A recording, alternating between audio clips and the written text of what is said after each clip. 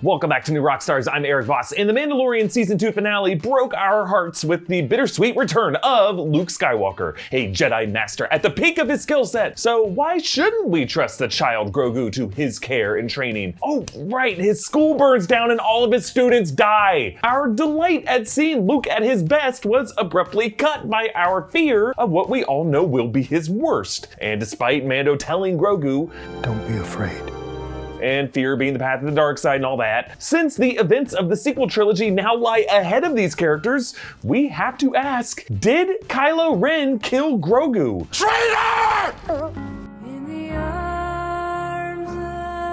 Let's break down the timeline to answer this question. The Mandalorian is set in 9 ABY, that is 5 years after Return of the Jedi, 4 ABY, and 25 years before The Force Awakens, 34 ABY. Kylo Ren was born as Ben Solo in 5 ABY. So during The Mandalorian, Ben Solo is a 4-year-old with his mother Leia Organa. Luke will not begin training Ben until he is 10 years old in 15 ABY, about 6 years from now. That is when Luke builds a new Jedi temple and begins training Ben alongside a dozen other students, as he explained in The Last Jedi. I took him and a dozen students and began the training temple. That was until 28 ABY, when Luke confronted Ben over his suspicion of the dark side rising in his nephew. A confrontation that freaked out Ben, and Ben reacted violently. When I came to, the temple was burning. He had vanished with a handful of my students and slaughtered the rest. This would suggest that Grogu, if he was still with Luke Skywalker at this time, was either killed by Ben Solo or he somehow fled. But here's the problem with that. Grogu is 50 years old during The Mandalorian, so at the time of Ben's temple massacre, he would be 78. This species ages slowly, so he would still be in the early stages of his life, but we also know that Yoda became a Jedi Master by age 100. That would imply a period of rapid maturation between ages 50 and 100 for Grogu. At age 78, he's probably gonna be something close to a fully functioning adult. At Luke's training temple, he would be kind of like the TA, who probably knows a lot more than the professor. Blah, blah, blah, let the old man talk, I'll clear it up for you in the lab. Also, who wants some extra credit? Yeah, I had to flirt with a lot of TAs to graduate. Anyway, I don't think a freaked out kid like Ben Solo, as powerful as he might be, would be able to take Grogu at that point. And again, if Grogu was even there, I don't think Grogu would just save himself and then let Ben Solo run off like that. Furthermore, accompanying literature showed how Ben's temple attack was far less of the deliberate, systematic slaughter of Jedi that Anakin Skywalker executed under Order 66. Ben's turn was far more complicated.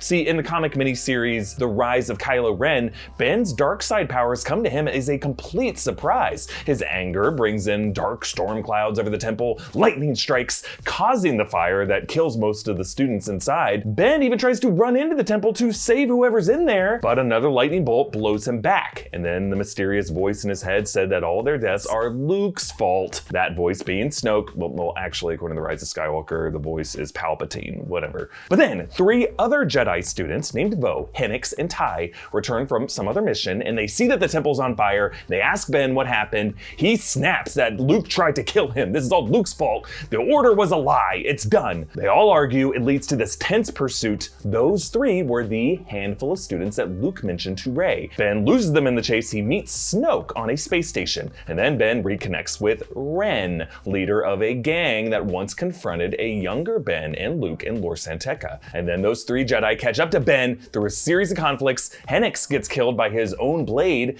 Ty gets killed by Ren, and then Ben kills Ren, and then kills Bo, his longtime rival at the temple, and he takes over Ren's gang, proclaiming himself Kylo Ren, and then he cracks his kyber crystal, bleeds his rage into it, causing his new lightsaber to burn a fiery red. So knowing this to be Kylo Ren's journey during that period, where would that leave Grogu? But before I continue, this video is sponsored by Crunchyroll. Crunchyroll is the world's largest destination for anime and manga. Their Crunchyroll premium subscription offers unlimited anime, manga, and drama titles, all professionally subtitled and ad-free in 1080p HD. They have more than 90% of all officially licensed anime content in the world, and you can access it on all of your devices like Xbox, PlayStation, Apple TV, and they've got all the best titles like My Hero Academia, One Piece, Attack on Titan. If you're new to anime or a more casual viewer, Attack on Titan is a great place to jump in. It's a dark action fantasy show with great characters, an insane concept. Their last season premiered at the same time as the final season of Game of Thrones, and let's just say a lot of us preferred Attack on Titan. They're offering a 14-day free trial to our fans, so click on the link in the description and give it a run. A Naruto run, if you will. Binge watch your butt off and fall in love with the most authentic anime experience you can find outside of Japan. They even simulcast some new episodes an hour after they air in Japan. So just go to crunchyroll.com/newrockstars or click on the link in the description and get your 14-day free trial of Crunchyroll Premium now. That is crunchyroll.com/newrockstars, and leave a comment below and let me know what titles I should be checking out on Crunchyroll. Okay, I think we can conclude that Ben Solo would not have been in a place to kill Grogu on the night of his departure from Luke and the Temple. He was not yet Kylo Ren, and it was hard enough for him to kill those 3 other Jedi students to turn to the dark side. I also find it highly unlikely that Lucasfilm is going to reveal that Grogu was just one of the Jedi who died inside a burning temple. Not only would a lightning-induced house fire be a pretty unceremonious way to go for one of the most beloved Star Wars characters,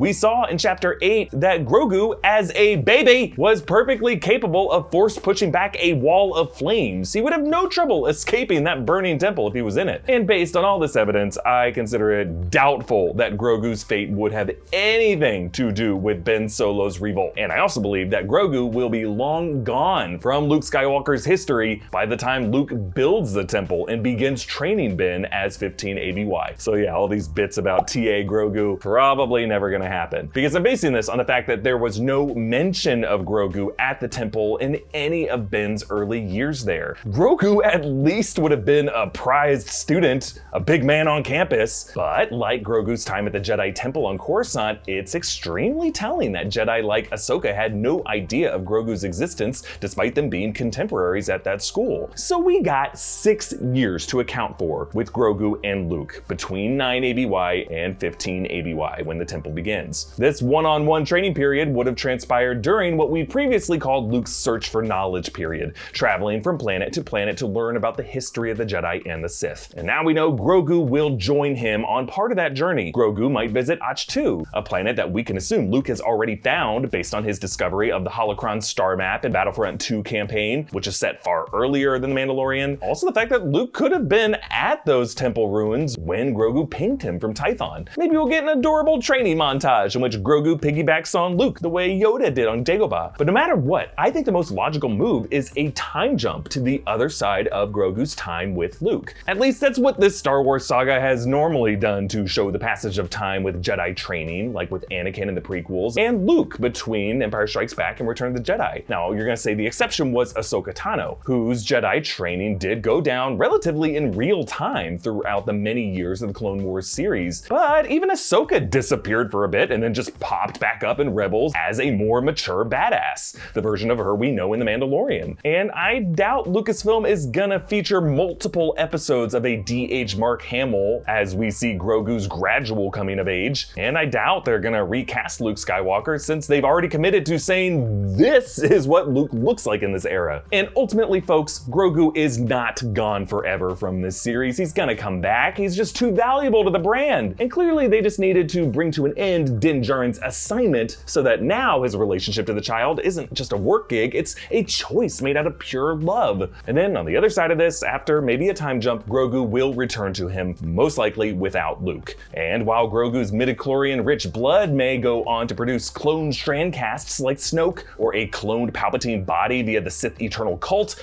Grogu himself remains fully free to sidestep everything that's gonna come in the sequel trilogy. He could join Ahsoka in the hunt for Thrawn. He could reunite with others of the Yoda species and get an even sadder goodbye like the character that most inspired him, E.T. But either way, don't worry. This kid did not and will not die at the hands of Kylo Ren, as much as Kylo Ren might have wanted to kill something like that.